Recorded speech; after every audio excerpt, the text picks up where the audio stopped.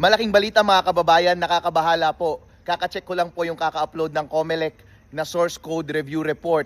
Hinanap ko po doon yung hash code ng naka-install na software doon sa automated counting machines na nakita ko nung final testing and sealing day. Hinanap ko po doon, pero doon sa audit report, ang na-audit lang nila ay hanggang sa 3.4 version.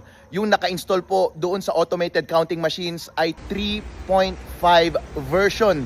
Kaya yung hash code na nasa machine ay 0438.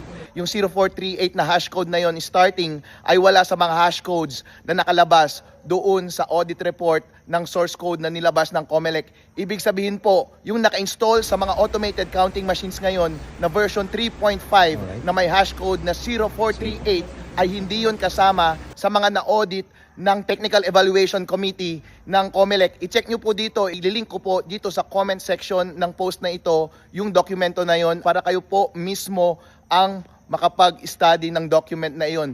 Napakalaking nervyos ko po ngayon dahil kung totoo itong finding ko na ito, ibig sabihin po, yung nakatanim na software doon sa makina ay hindi na-audit at posible na merong nakatanim na daya po doon. Kaya hindi ko po alam kung anong magiging consequence nito sa pagpapatuloy ng ating eleksyon. Chairman George Garcia, pagtuunan niyo po ito ng pansin.